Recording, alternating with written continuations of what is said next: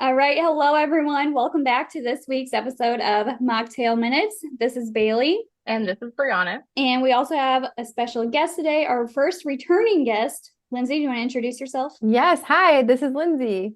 I'm your first returning guest. This is so fun. And it's been like a year, which is really great. We planned that out nicely. And then, of course, we always have our mocktails for the episode. So today I am drinking, it's actually our very first Mocktail Minutes personalized mocktail. So Roasted Purpose is a company that's local to me, and they do like protein coffees, and we worked with them to create a berry matcha. So that's what I'm drinking today. It was really fun to create. Is it good? Oh, it is very good. So a lot of times matcha, I feel like tastes earthy, which is why a lot of people don't like it. This one, it's not just like drinking grass. It has that berry flavor to it, so it gives it kind of that sweetness. But the only ingredients in it are the collagen peptides, the matcha green tea powder, and then it's sweetened with monk fruit and the natural flavorings. And they're very particular about their flavoring, so it's not just junk either, which we love. Yum. I'm so excited to try it. Yeah, I failed. I'm having water. Well, we need water too. Just water, and not even in my cup. It's just I'm having minerals, Mag Soothe, Adrenal Cocktail, and some Cure iced decaf Americano with heavy cream. Double fisting this morning. Double fisting. Yep. I love Gotta it. have both. I recently just tried Cure electrolytes, and I absolutely love that they're not so strong. They're so good. My favorite is the grapefruit. My favorite is the dark purple label. Is it like berry pomegranate or something? Yes, that one's But great. you gals would know this. They have ones for kids. Why do I have to get a different kid one? Why can't I just give the kids the same but less? I honestly they just have lower amount. Yeah, so I can just give my kids like half a packet. Yeah. That's what I do like with protein powder. Like I won't buy like the kids protein powder. I'll just give them like a fourth of a scoop compared to like the full. I'm like, oh my goodness. It's the same. It's just lower amounts. That's what I thought. Yeah. I was like, I'm not gonna buy kid packs. Yeah, but I think maybe my kids would like that because my kids don't like any other electrolyte powders at all. They taste too sweet or too strong. So Cure might be the win. Yeah. And I think they're just like marketed a little different too. Like the boxes look more kid friendly, so then maybe kids would gravitate towards it more. I haven't looked into their kid brand one too much, but yeah, I would say it looked like it was just lower and everything. Good to know.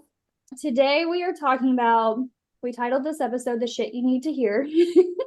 Lyndsey is my favorite person to give us like what she's going to tell you what you need to be told that sometimes it's like the tough love.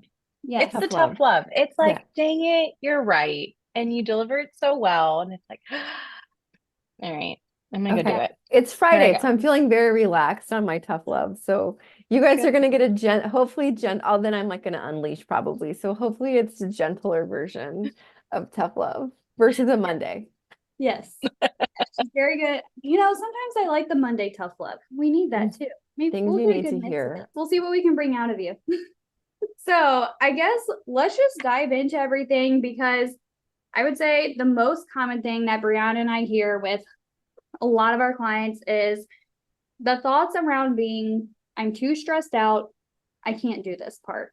Where we teach a lot of things in Metabolism Makeover, and people will dive in and they're just like, I'm just too stressed. And we kind of get that freeze up feeling. So you've had a really good reel, I think you posted about stress and talking about how stress is a choice. Do you want to dive into that? Yeah, well, gosh, people are going to love this episode. I think stress is a choice, and no one wants to hear that because that rubs people the wrong way. But stress being a choice, meaning how you react to a situation is your choice. And we always have choice all the time. No one's making us do anything. We're not victims of anything. You can choose every single thing. I can't think of anything that you don't have a choice over. You just might not like the other choice. So you might feel limited by your choices, but we do always have a choice. And I think with stress and saying like, oh, I'm so stressed, or this is too overwhelming. I think when people, I've coached enough in Metabolism Makeover to also be able to say, I think when people say this is too stressful, they're really saying This is making me uncomfortable. I don't have the skills or the knowledge or like the prerequisites to understand how to do this. So instead of saying, help me, I'm confused and lost and I don't know what I'm doing and I feel wildly vulnerable, I'm just going to throw out my normal excuse. This is too stressful, I'm out. This Because is it too takes work. confusing, I'm out. This is too overwhelming. I had someone the other day and they're like, oh my gosh, right there in my program, and they're like, oh, I have to download an app. I'm like, yes, you do have to download another app. I need to use another app. And I'm like, listen, I ask you to use one app. That's it. If that's your resistance, like maybe we need to talk about this further resistance, right? So there's all these things that come up like, oh, I have to log in. I don't know where to find this. This is too much work to like eat food. You're eating food anyway.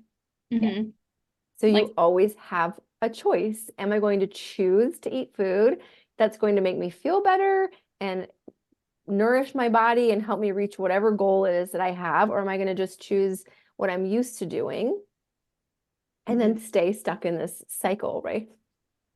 So, and both of them is frustrating. Like I had a client, I literally had this conversation with her.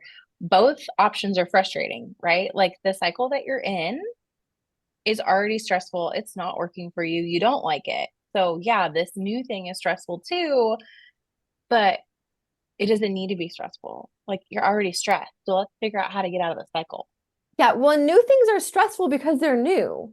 And that's where like you have to have nervous system, you have to understand your nervous system and you have to do nervous system work so you can really understand, yes, I'm full of all my own BS and I'm full of all these excuses, but also your body is literally working against you in terms of your nervous system and your subconscious. It's designed to keep you safe. Well, safe is familiar. And even though like my terrible habit of eating just coffee and 3 bites of toast and not eating anything else until noon and then having a chocolate bar, even though that's familiar, that's not good. That's not safe. And it's actually keeping me feeling even more unsafe because now my blood sugar is a disaster and all these other things are happening. And so I think we have to understand, if you can just think stress is a choice, I'm giving like the easy solution here. And you go, okay, I'm stressed. Am I choosing the easiest solution? Is this a choice? If I have a choice over what to eat, I can get uncomfortable and change, or I can stay uncomfortable and not change. But regardless, right, you're going to be uncomfortable. And the way our subconscious works is anything new could potentially be a harm or a threat. And so it's going to make us feel like this is uncomfortable and this is hard. And we don't like to be uncomfortable either. That it's so bad for our confidence.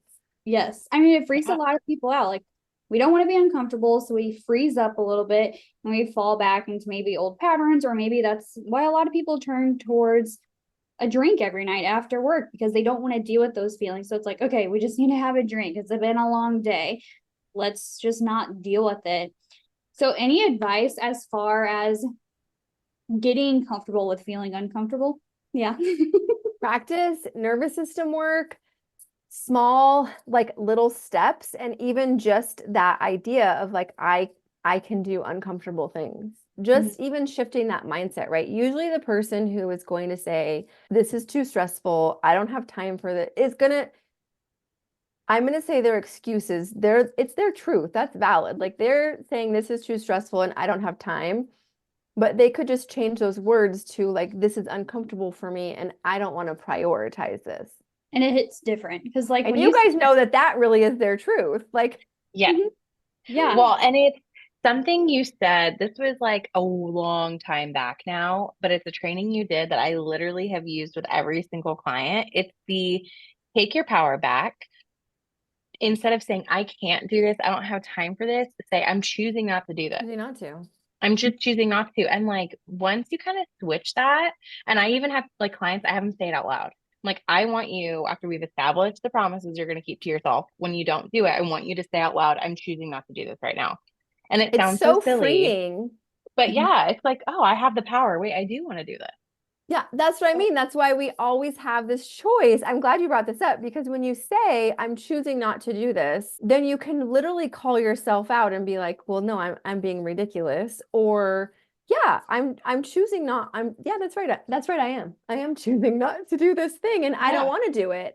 And then because I'm a grown woman and I'm choosing not to do this, then I'm also taking responsibility for what is going to happen if I choose not to do this, right? Like if I made a promise to myself and then I say, nope, I don't want to do it. I also am fully aware of like all of the repercussions of making this choice. And oftentimes though, I'm with you with my clients, once they can say that out loud and they feel empowered and they feel like, oh, I am a grown woman. I do have a choice. Then they can really be like, no, actually, I want to do it.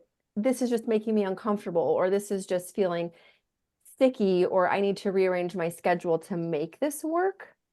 I think I'm stressed is just this like default setting. 100%.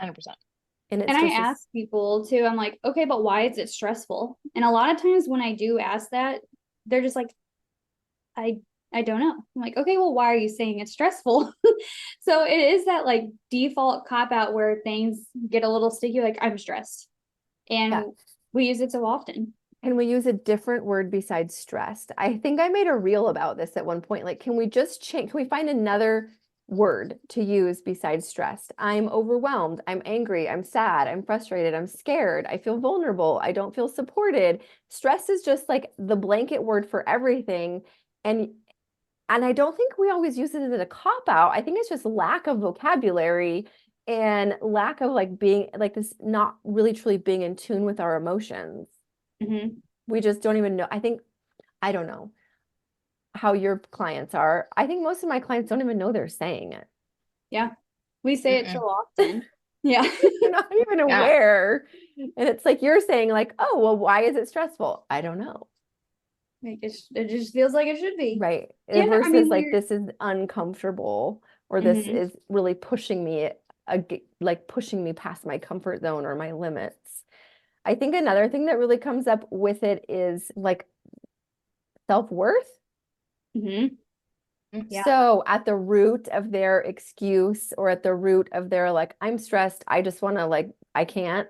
I think it's really, really comes to like a very a nervous system issue, and then also a self-worth issue are two things that I constantly see.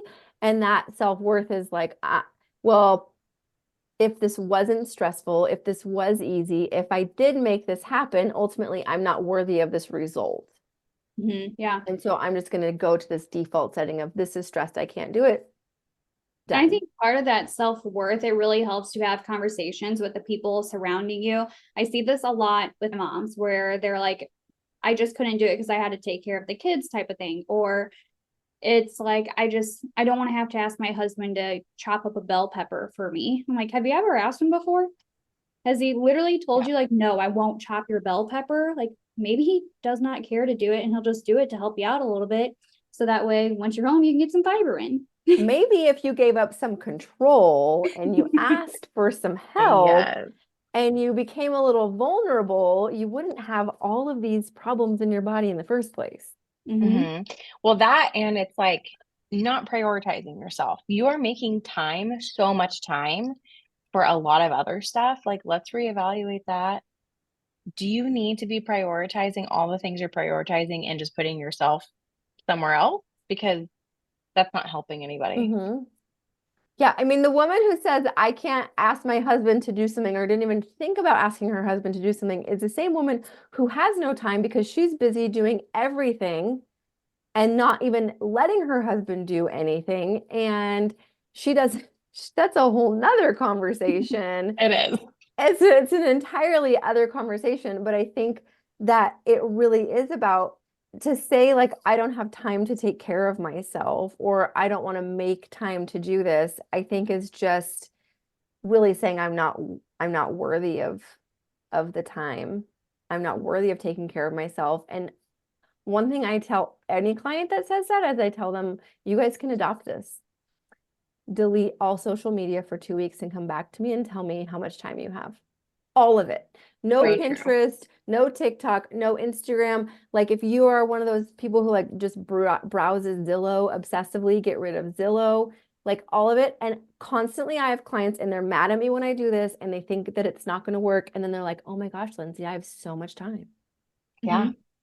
I am like cleaning out the cupboards and making these meals. And like I actually started meal prepping and I started going for walks or I'm meditating. I'm like, imagine that. Because you're not spending hours a week on your phone. And when we go on our phone, even if it's for 3 minutes here and 5 minutes there, it is draining our energy and it's distracting us from our focus. And so I think when people say they don't have time, they don't have focus. And they also aren't really being obviously they're not being responsible for their energy and where it's going. And I get that. I have 3 kids. I run a business. Every day I could say I don't have time. I don't have time. Instead, I say like my day is really full or my schedule is really full or this is full on energy right now versus I don't have time or I'm too stressed out. And then it is, okay, do I want to choose to not prioritize myself? Do I want to choose to not prioritize my house? Or can I rearrange some things to make this work? So then for me, it's always like, well, how quickly can I get rid of my phone? How quickly can I focus on what's in front of me? Because when we're always on our phone, not only is it distracting us and like pulling our energy away from our focus, it's also giving us so much false dopamine, which is going to trigger so many negative behaviors. And it's also affecting our nervous system because like, unless you go on there and you only follow people that make you feel amazing constantly, you could be having this great day and then you go on there and you see something like political or something about some woman who's like crying in her car and you're like, oh, this lady's always crying in her car. She's so annoying. And then it just makes you kind of unravel. And so now your energy is off balance. And then you have to do all this work just to get back to being focused to doing the things of like, here's my list and here's what we're doing and here's how the day is flowing. And I think human beings are not made to have so many distractions, so many human connections in one day. It's not normal. It's not what we're supposed to deal with. And then the load of like responsibility that we put on ourselves on a daily basis, I think because of our phones, and we're not getting the bare necessities even done because we're trying to like do all these other weird things that our phones tell us we should be worried about. And that's definitely Agreed. something I struggle with because I mean, a lot of my work like is producing Not a phone. content. And so I'm on my phone or like I'm messaging people back. And there's definitely times where I see other nutrition posts and I get fired up about it. Cause I'm like, that's not necessarily true. Or I get a lot of posts into me where people are like, okay, is this person right? Or I heard you say something else the other day. So it gets to be a little bit overwhelming. And I think where my clients, I often see them also get overwhelmed with social media, for example, just thinking of the nutrition piece is they're like, I follow all these different dietitians, all these health coaches, and this person said this person said this person said this. And it'd be someone that like I'm working on one-on-one. I'm like, okay, but they're talking to the general public. Maybe that person is just not for you. And also I'm talking directly to you right now. So it helps, I think, to quiet that noise. And then, yeah, we can get that focus back and be more intentional with everything we are doing instead of feeling that overwhelming. Yeah. I think the distraction and like I mean, I've got a lot of dietitians in my life and you're all wonderful. But there was one point in my life where I'm like, I have to unfollow everybody. Because everyone is making me feel like I'm doing something wrong. Like every functional medicine person, like now I need another test and another cleanse and another this and every clean living and every food prep and every single thing. It was like, this is way too much. And you're right, they're talking to the general public, but they're also, you have to also think we as consumers, like we're consuming content on our phones and we have to be aware of what we're consuming all of the time and how it's actually making our bodies feel and the pressure it's adding to us, right? So you could tell all of your clients, I need you to unfollow everyone else that you're following while we're working together. Yeah, because I feel like people have they have good intentions, right? It's like I follow this person so I could get ideas, and it's like Absolutely. then you're following like all these meal ideas and these nutrition ideas and these workout ideas, and instead of actually going and lifting weights for 20 minutes, you're spending 35 minutes looking at the different workouts. Doesn't it work through osmosis? I wish. And then people are like, gosh darn it, like why can't I just do it? Why don't I have the time like this person does? Like, oh, I'm like Because First they're of not all, living on their people, phones. no, they're not living on their phones. They're just not. And they're probably running a business that But they're they getting need to paid to create make that this content. content. They're getting You paid to know, make like this I had to content. be honest with like a client the other day because she's like, oh my gosh, like a couple of your meal prep reels and like all this. And like I saved them, but they're just overwhelming. And I'm like, I gotta be honest with you, I don't even do that most of the time. I had to create a meal prep reel for the Ellie and the Metabolism Makeover page, and be honest, that's not even how I do it. It's helpful for some, but it's not helpful for all. And like I think we don't realize what we're consuming, and then we're getting berated with this is what I should be doing. And like we're just sitting there doing Yeah. nothing, And no wonder taking it's it all in. stressful. And this is like, think about it. If you have a dysregulated nervous system anyway, you're not eating to manage your blood sugar. I don't know about you guys. If my blood sugar is off base, I'm like a crazy wacko. Like I'm not grounded. I'm not confident. I'm bitchy. I'm a little flighty. Like it's not good. Makes Like, sense. no one's getting the best part of me if No. my blood sugar is not on point and if I haven't been sleeping. So you take majority of people whose blood sugar is messed up and they're not sleeping and they're also dysregulated in their nervous system just from like living in chronic stress and living in society. And then they're always on their phone and then they're like, I don't have time and everything is too stressful. It's like, well, yeah, of course, because you're literally not taking responsibility for your body. You're just watching everybody else take responsibility for their body. And that's how we get in our own way a lot, is because I feel like we can easily start to compare our life to something we see on social media, and also feel like we just have to replicate that.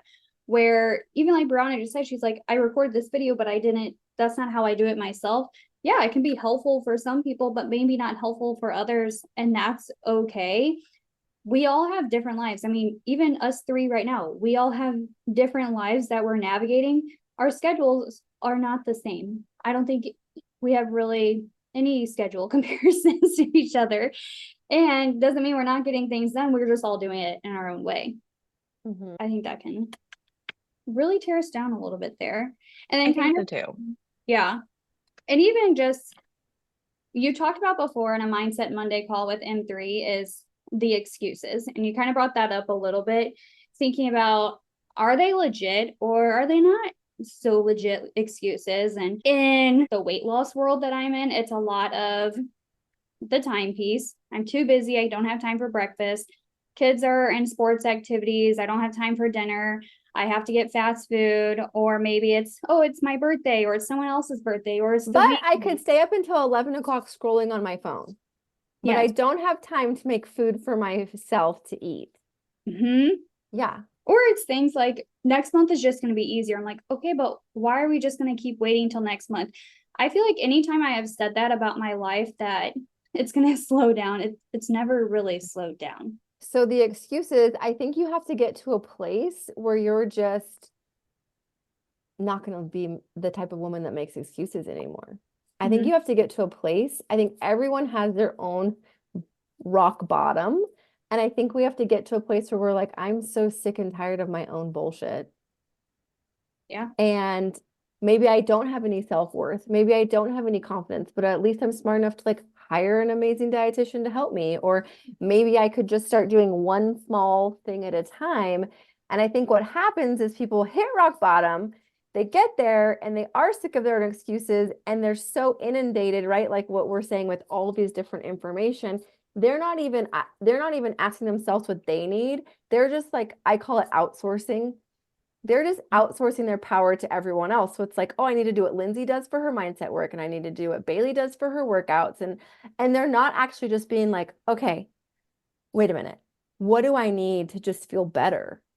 Sleep, a clean house, asking your husband to pick up the kids instead of doing it yourself. Like, I think they just go from like nothing to way too much. And then this is overwhelming. And then we just go, I'm stressed out. I tried, I failed again, and we're right back here. So I think a big piece is quieting that outside noise, learning how to either trust yourself or, like in all of our situations, like trust the person that you hired.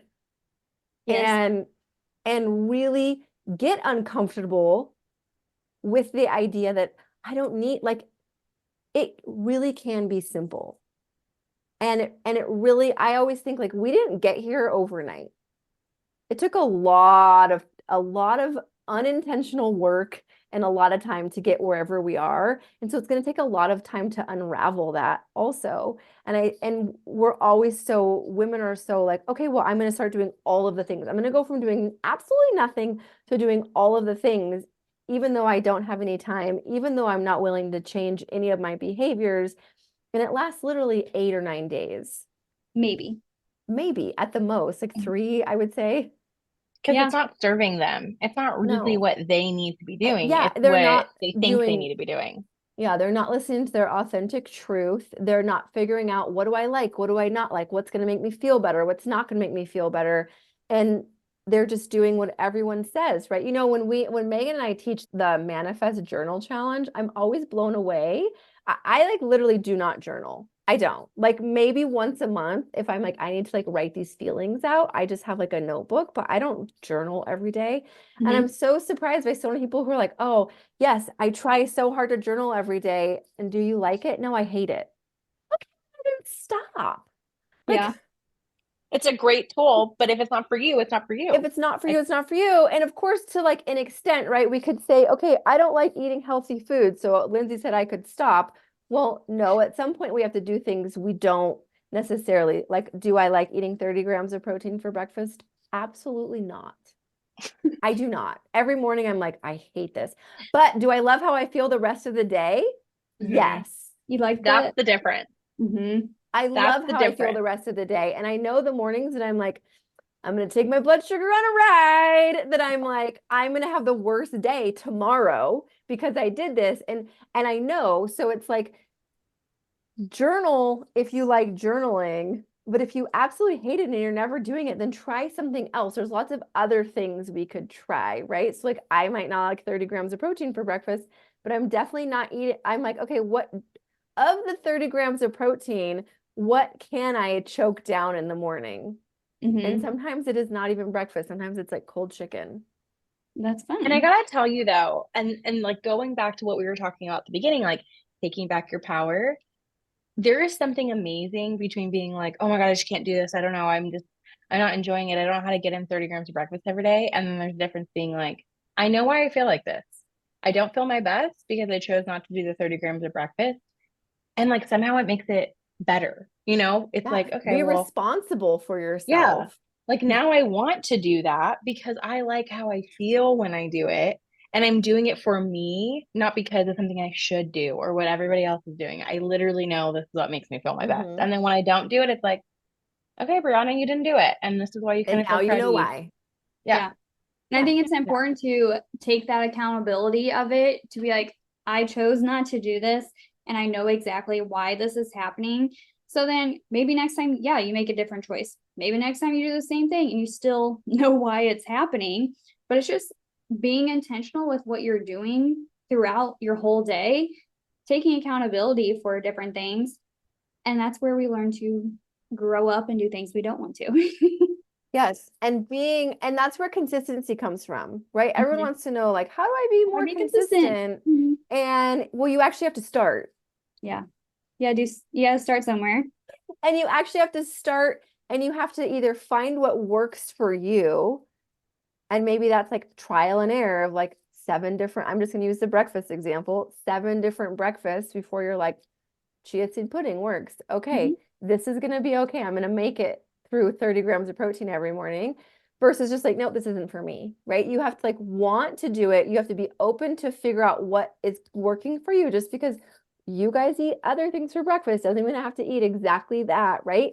And then doing it every day and being like, hey, I've been doing this every single day. Every day I'm choosing because I have choice. Yes, breakfast could be stressful. Yes, breakfast could be hard. But if breakfast were easy and enjoyable, what would I do? Okay, this is what I would do. I have 3 kids. If breakfast were easy and enjoyable, I would probably meal prep 7 days worth of chia seed pudding and leave it in the fridge so I can shove it down while I'm doing all the other 400 things in the morning. That is exactly what I do. That's or perfect. I just make my kids the same thing that I need to be eating anyway.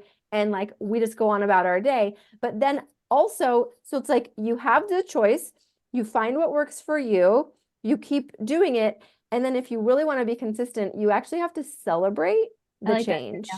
You actually have to be like, hey, wait, I'm not that person anymore, right? Because now we're changing your identity. Now we're like, last month Lyndsey was not doing this. This month Lyndsey is doing this. I've been doing it for 2 weeks. I'm not the same person. I don't have the same excuses. So by celebrating the change, you're literally honoring yourself, and you're really saying like, look, I'm doing it. I'm doing it. It's like if with little kids, right? I have 3 little kids. So the first time they start walking, you don't just be like, you fell down. You're so stupid. You're never going to walk. So true. That's my mom Oh, you're advice. like, oh my gosh, you can so great at walking. And they're like biffing and they're smashing into things and they're getting hurt. But you keep telling them, you're doing it, you're walking. And then they're like, okay, I'm Here we totally. go. And then all of a sudden they're walking, right? And what we do with ourselves is we just keep saying, like, nope. Even though Lyndsey had a killer breakfast 2 weeks in a row, my old mindset is like, I suck and I never eat breakfast. And that still remains our story. So we're still attached to this old identity of like, I can't handle things. I easily stress out. I easily quit. And then we never become consistent because we're not honoring and celebrating this change. So I think the celebrating of it, and we don't need to like book a vacation to celebrate it, just honoring it and being like, hey, Acknowledge it. I'm proud of myself is all that needs to happen. To be like, oh my gosh, I actually did this. And maybe like tell somebody else, hey, guess what? I'm doing the thing I said I was going to do. I'm really proud of myself. And that builds this self-trust within ourselves, and it builds belief, and it just compounds, right? The more you do it and the more you choose, and you choose what's in alignment for yourself, which sounds really easy, but if you don't know who you are, you're going to have to do some work to really figure out what is in alignment for myself. What do I like doing? Why do I do these things, right? But then when we get there and we can celebrate it, then you get to know yourself more, and then you're slowly becoming this other version that you want to be. But I think celebrating is key. Celebrating and also taking out the but from it. Like I have a lot of people. Oh my gosh, yes. Example, they're like, I got 30 grams of protein, but then I skipped lunch. I'm like, okay, well, we just focused on the 30 grams of protein for breakfast. So just take the butt out. Just enjoy that. So you did what we were working on. Like you don't need to, I think that's hard too. We're just like, if we're not at our ultimate goal, we feel like we can't celebrate it. And that just really sets you up for failure. It just really does. But we're not taught to celebrate anything as women. No, because we could always be better, which is ridiculous. Yes, you could always be better, and you need to be humble, and you need to, all of these different things. We're not taught that we should celebrate or that we should be proud of ourselves. We should just work more. And so then we have this like, it's never good enough mentality. And I mean, you guys have seen this. I've seen this, right? I was a personal trainer for so many years where it's like, oh, I've lost 20 pounds and I put on all this muscle and I've totally changed, but it's still not good enough. I'm like, I'll trade you bodies. Like that, your body looks amazing. Let's that's good enough for me, right? And they're still not happy, and it's like, I need more, I need more, I need more, I need more. And that's where the self-worth comes into play, because it's never going to be enough until you're never going to be happy, until you change that mindset, until you can really learn.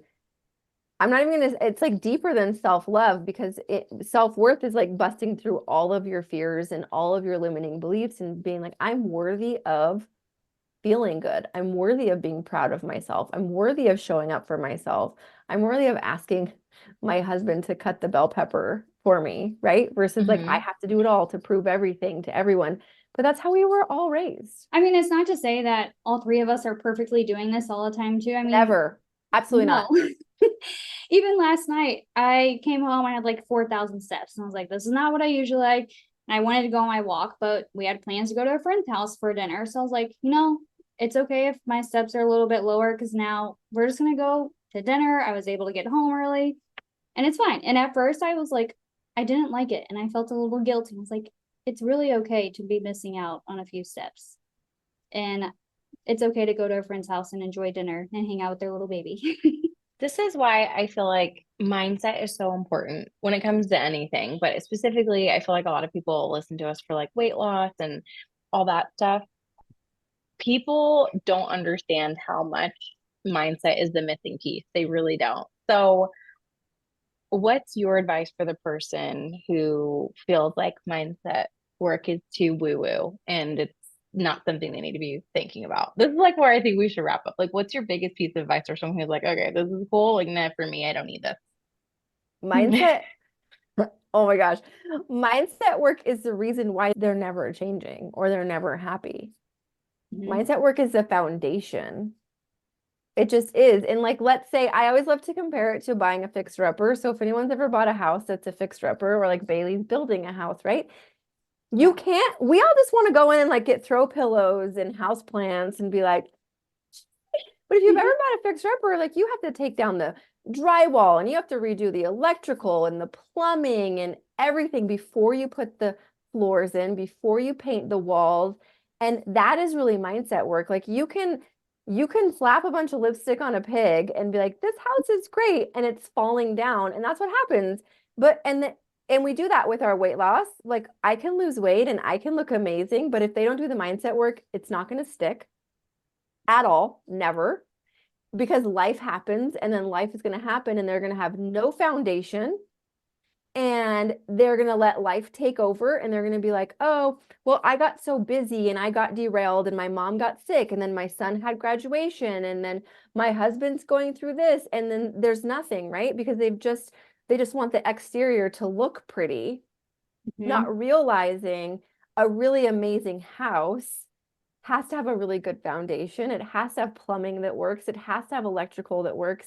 And the same thing with our bodies. Like our body is a reflection of what's going on mentally and emotionally. And yes, we can all do the things to look amazing short term. We've all done it. Like tell me one person who hasn't done it, and it doesn't last and it doesn't stick because we haven't done the internal work so that when your mom is going through cancer treatment, you're not so spun out that you're losing track of everything that you need to maintain yourself. When you have 3 kids all playing 3 different sports, you're not like, oh, well, there's no time to eat. We're just getting Chick-fil-A. And I have nothing to help ground myself in who I am as a woman. Mindset work to me is like, it's literally is the foundation and everyone just wants to put the throw pillows out and feel like everything is amazing. And mindset work is intimidating, maybe if you don't know what it is, but everyone's just so self-sabotaging or negative or has low self-esteem, like whatever the reasons are, those can all be fixed. Those can all be changed by changing your mindset and changing how you think. And the science behind mindset work is there. It's not just this, oh yeah, you just have to think happy thoughts. I'm not talking about manifesting. I'm talking about creating new neural pathways in your brain. Our brain is like plastic. We have plasticity, which means we can make new thought patterns, right?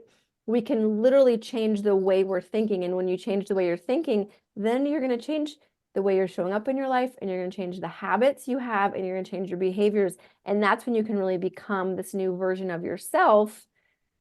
Without the mindset work, you're always going to come back to the same problems. Yep. And I've been there. And I was also the person who felt like I can just power through anything. I don't really need to do all this. I'm just going to power through. Like, who cares what my brain is thinking? And that's why it did take me so long to actually work on the mindset piece of things. And it took me a long time of listening to you, Lyndsey, to be like, okay, maybe she has a point here type of thing. And it was a lot of trial and error, is a lot of that getting uncomfortable. And it was a lot of just telling myself to grow up and get out of my own way. And that's where I finally started to see the change.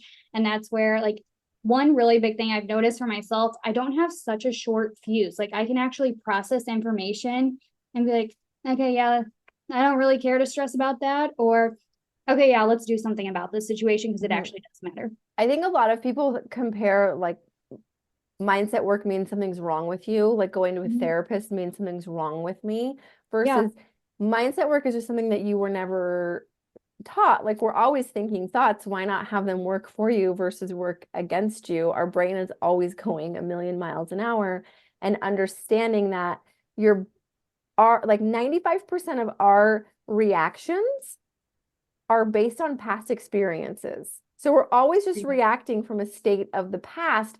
We're very rarely consciously responding And that's why it can feel so hard to change and it can feel so overwhelming to do these things. But you do have to, everyone gets to their own point, I think, like you were saying, where you're just like, okay, yeah, let's change or let's do this differently. And it's actually, to me, it's fun and it's easy and it's way better than like struggling through everything else. But everyone has to have their own sort of breaking point. But to me, there's so much science behind mindset work, and we're so powerful that why not understand it more? And if you're going to work on your mindset, you have to work on your nervous system at the same time, because your brain is part of your central nervous system. And you have to understand, like, everything is so connected. I mean, even just your nervous system, what's going on there is going to affect your blood sugar balancing. If you're having weight loss resistance. And your digestion. Yeah, and like all the things. your Yeah. sleep and everything else. Literally everything. We all just want to like take out one piece and be like, if I just fix this one piece of me, everything will be fine, versus thinking there's so many different pieces to us. And then how can I think, yeah, the mindset to me is like, this is your foundation, and everything you do will last so much longer and be so much more abundant if you're coming from the right mindset. Things won't bother you as much. Things won't stress you out as much. You'll be able to pivot faster and things will be easier for you. And that's really what we all want. We want the easy thing. Yeah, I think that was a good note to end on. Just mindset work is not just like the woo-woo Dear Diary thing. Do people think that it's woo-woo Dear Diary thing? I did. I hear that. And yeah. What do they say? I want to. Like, as soon as you bring up mindset work, they're just like, no, like, I just need to do it. Like, it's fine. It's just because I don't have the time, or it's just because I'm too stressed. That's why I can't do these. Or like, what's fixing my mindset gonna do for this? You know? Yeah. Like, what's fixing my mindset? Made the connection yet. Yes. Okay, I think I first learned mindset work in sports psychology when I was in college, and my background is in kinesiology, right? And so if you can relate it to someone other than themselves, right? Athletes all do mindset work. They have to, because they have to be in a place where they're confident, where they can understand what their performance is like, and they can do all these things. So if you could relate it to that, where it's like, well, if you think about an athlete, athletes are practicing consistently the behavior that they want to have happen. If an athlete's sitting there saying, I'm so bad at my sport, I'm the worst, I'm so lazy, I screwed up this shot every single time, they're always going to be that way. But a lot of athletes, most athletes have mindset coaches. They go through visualizing their plays. They're doing all of these things. So when people think, oh, I don't need to do that, number one, they just don't have the information. They don't understand why they need to do it. Number two, they are stuck in a state of resistance because their nervous system is dysregulated. And they don't want to hear that, right? And they just want that quick fix. And so maybe giving them, well, if you were an athlete, this would be part of your training, or because it really would be. It's going to be a lot harder to do the things if you're constantly feeling like you can't do the things. Exactly. Yeah, what's the point if you're just saying, no, this is never working? Well, thank you so much. So much. Yes, yeah, thank you for coming on. I do want to say, yeah, because we talked about it on my website, I can give you guys the links for these if you want. I have a digital detox that I think people really should invest in. Perfect. I mean, it's like under $20. It's digital detox. I like walk you through what to do, how to do it, why to do it. And then I also have my method of alignment, which if you guys haven't done that yet, you definitely should. And it's just a free download. But I think so often, like I brought up many times, like knowing your truth and knowing what's right for you and investing time in what's important. The method of alignment gets all that popcorn brain like onto paper and starts helping you organize it so that you can stay focused. And I have some clients that are doing this every single day so they can stay focused on what is important for them in the moment. Yeah, I think I need to do that, especially now since my life is going to be changing pretty quickly all of a sudden. yeah, they're both on there, lyndseychambers.com. Yeah, we'll definitely put it in the show notes. Yeah, awesome. Thank you guys for having me. It's always so fun. Yes, we need to come back and talk about letting go of control.